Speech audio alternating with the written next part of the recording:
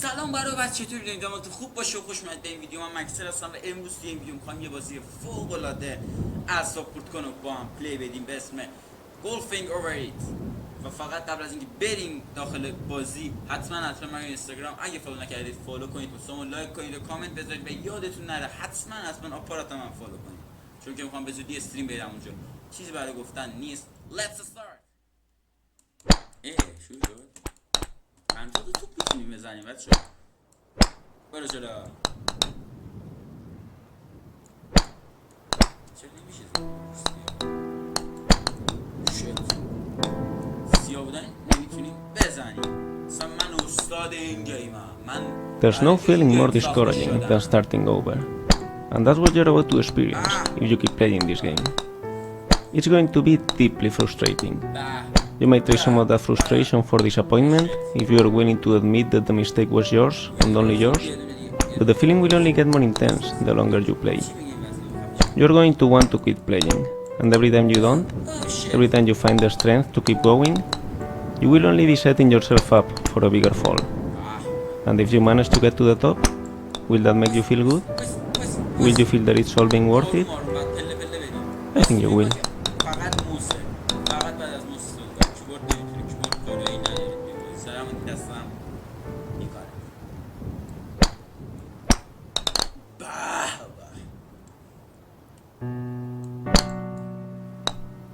Feel free to stop playing whenever you want. Your progress will be saved automatically. Your dose of progress too.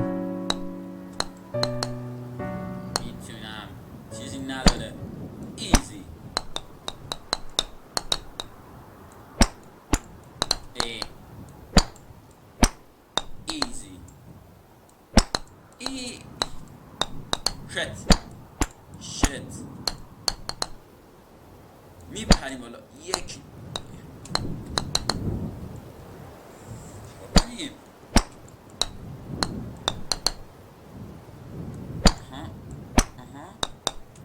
Yes. Oi.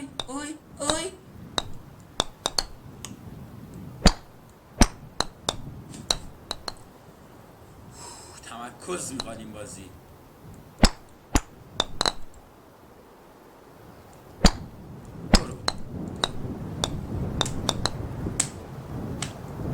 چرا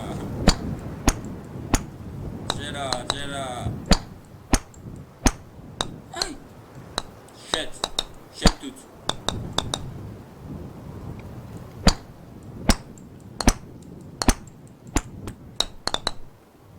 شد.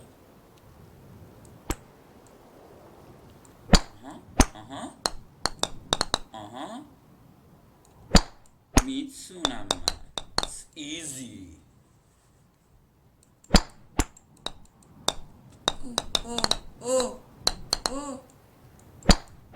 همینجا بده.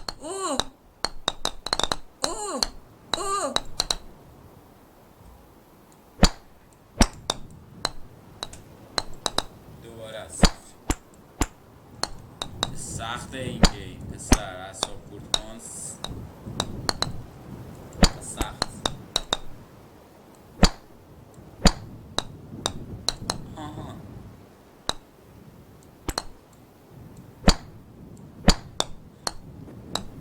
آروم باید بزنم.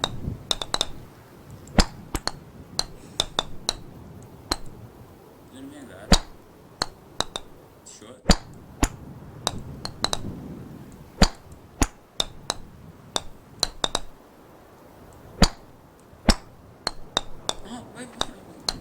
بمون عالی.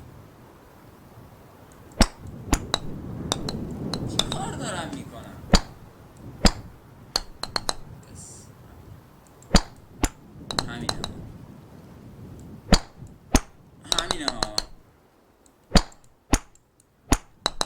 همینه ها.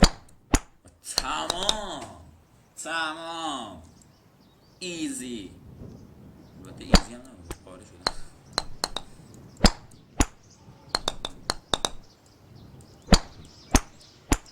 اکی یس. این بیل احتیاج نداریم، خودمون بیلیم. میره This game is a different take on a game that came out in 2017 titled Getting Over It with Bennett Foddy. The author of that game, Bennett Foddy, was an Australian designer known at the time as the father of intentionally bad controls. Weird, unresponsive, and hard to understand, intentionally bad controls are bad in the sense that they are suboptimal for the task at hand, making a challenging and infuriating experience of what otherwise could well be a walk in the park. And yet, they often make for amusing games. In Getting Over It, your task is simply to climb up a mountain, good dragging yourself with a hammer while sitting inside a cauldron. No amount of forward progress is guaranteed, some cliffs are too sheer or too slippery, and the player is in constant danger of falling and losing everything. I watched a video of Bennett Foddy playing his own game, and it was interesting to see how erratically he approached his own challenges. He knew it was possible to overcome them, and he knew the movements he needed to execute, so he will make an attempt, but he will fail, without a clear reason why. So he will try again, exactly the same movements he attempted the first time, and he will repeat this process until, eventually, it actually worked, giving the impression that the challenge was more about perseverance and luck than precision.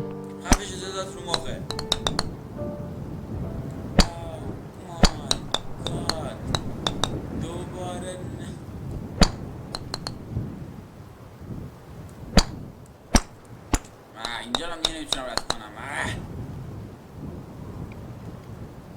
یه پایین بود.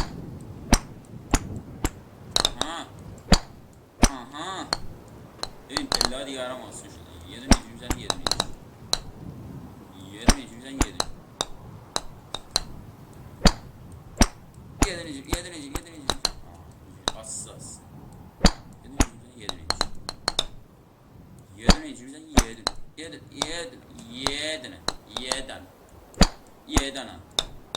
یه دونه اینجوری، یه دونه اینجوری. اوه بس یه دونه کوبیدم. خیلی گیم مزخرف، آشغال و اعصاب خورد کنی. من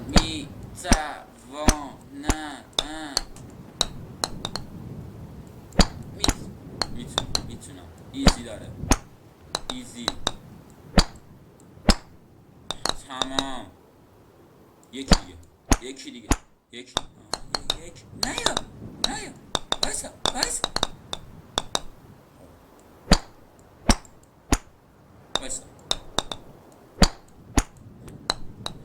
نیا پایین. خوبه این خوبه.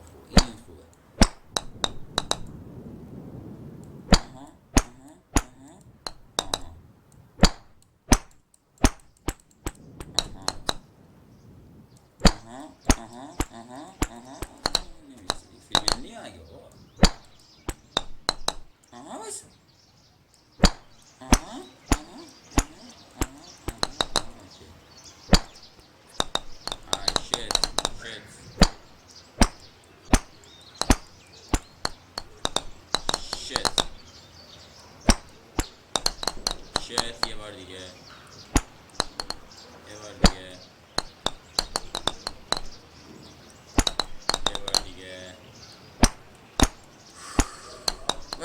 وایس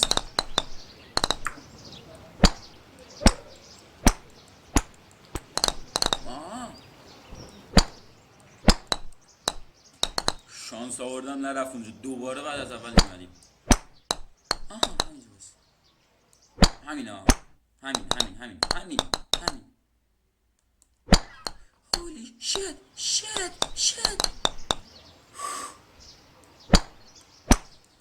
تمرکز، فقط تمرکز، یه دونه آروم.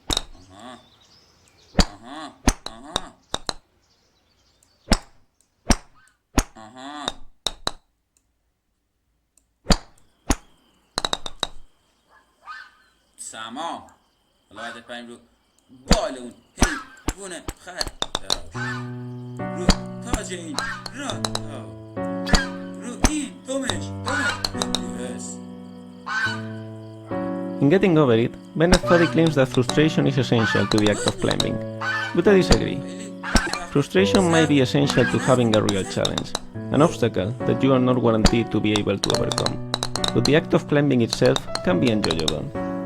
Climbing and getting over it is not frustrating because you can easily fall down and lose all your progress, but because controlling the main character is infuriating. Of course, falling and losing all your progress is also frustrating, but the worst part is not that you have to climb it all over again, it's that you have to fight with the controls while doing so.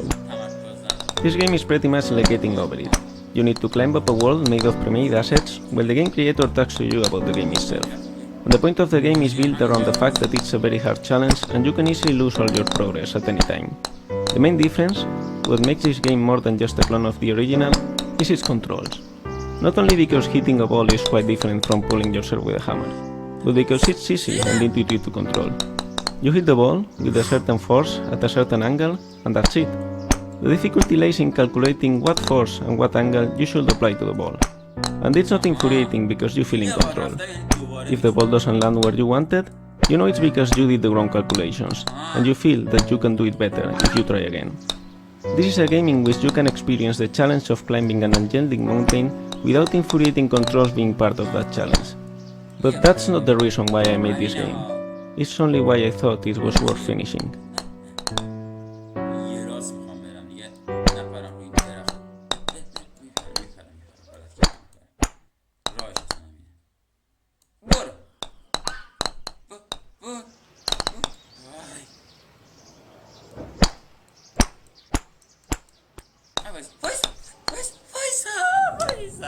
Ooh, that must have hurt. Don't worry though, it will happen again. And again. And again. یه بار دیگه میرم، اگه اونجا افتادم همینجا ویدیو تمام میشه. 1 2 3 4 آها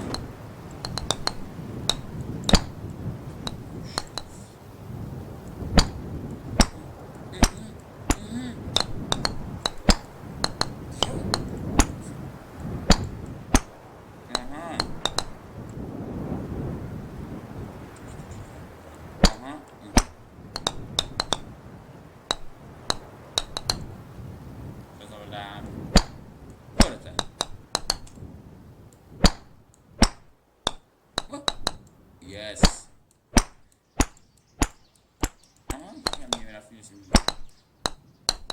خیلی سخته.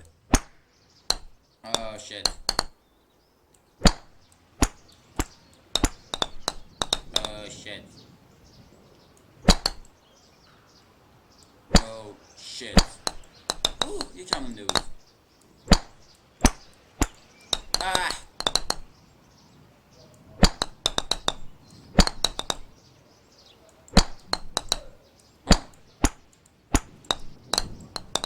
میدم والا بابا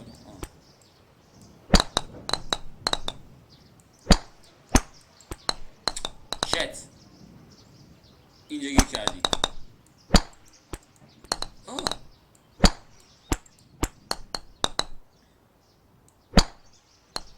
Oh my god نیاز به بیل ندارم Yes.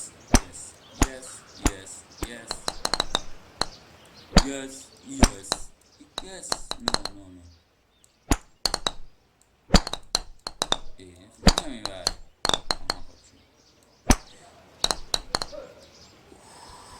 خیلی سخته چون توپه. آها.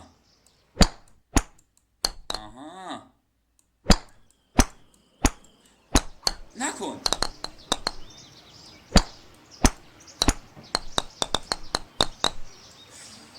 What have nothing to say.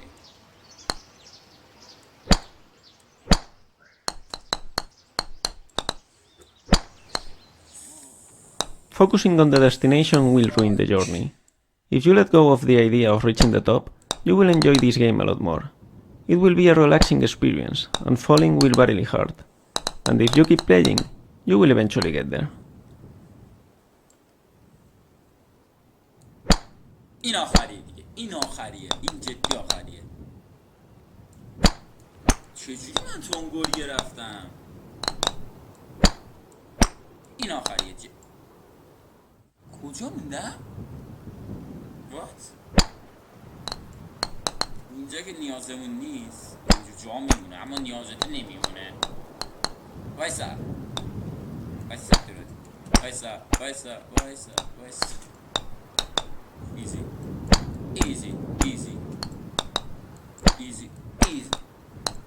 no it's hard.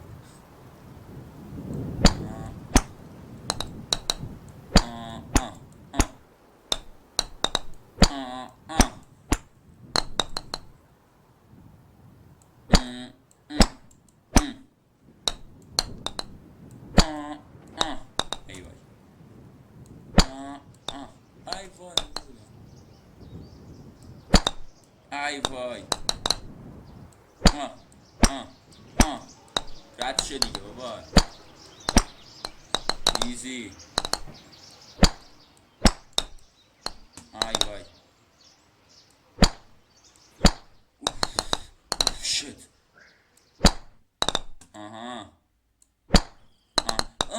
آی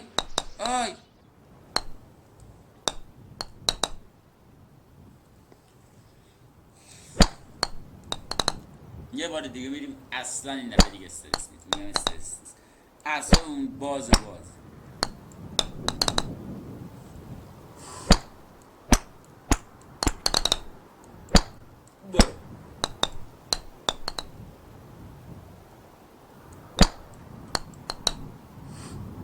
باید من برسم به جایی دفعه قبل بودم.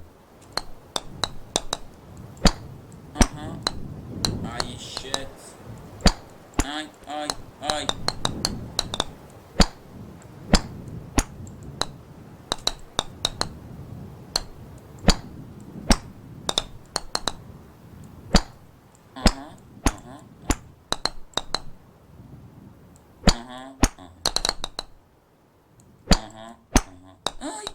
yes I'm cool, it's good.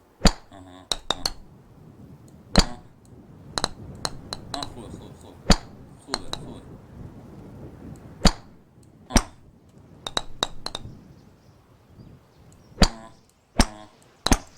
ای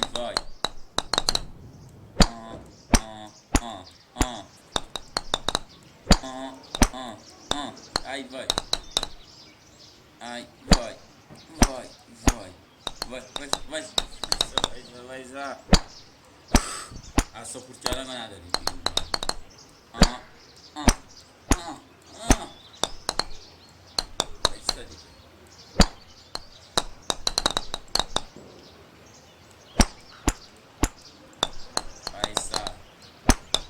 وایسا الان اعصابم خود میشه.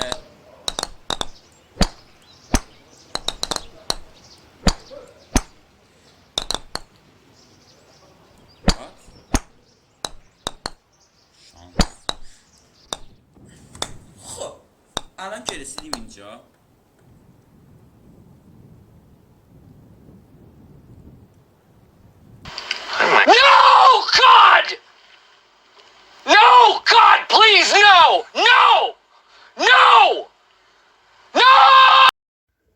خب رفقا اینم از بازی گولفینگ ببرید که دیدید خیلی رو مخیه و اصلا افتضاح بود. 50 بار رفتم 50 بار افتادم زمین. امیدوارم که خوشتون اومده باشه این بازی و یادتون نره دوباره میگم من اینستاگرام حتما فالو کنید، آپاراتون هم فالو کنید، دوست لایک کنید، کامنت بذارید و چیزی نمون دیگه. دوستتون دارم، عاشقتونم. حتما تو کامنت بگید ویدیو بعدی چی باشه یا اگه دوباره از این بازی شت پارتاشو بذارم پارت دیگه شو یا نه. هیچ چیزی نمون. خداحافظ، عاشقتونم، تا بعد.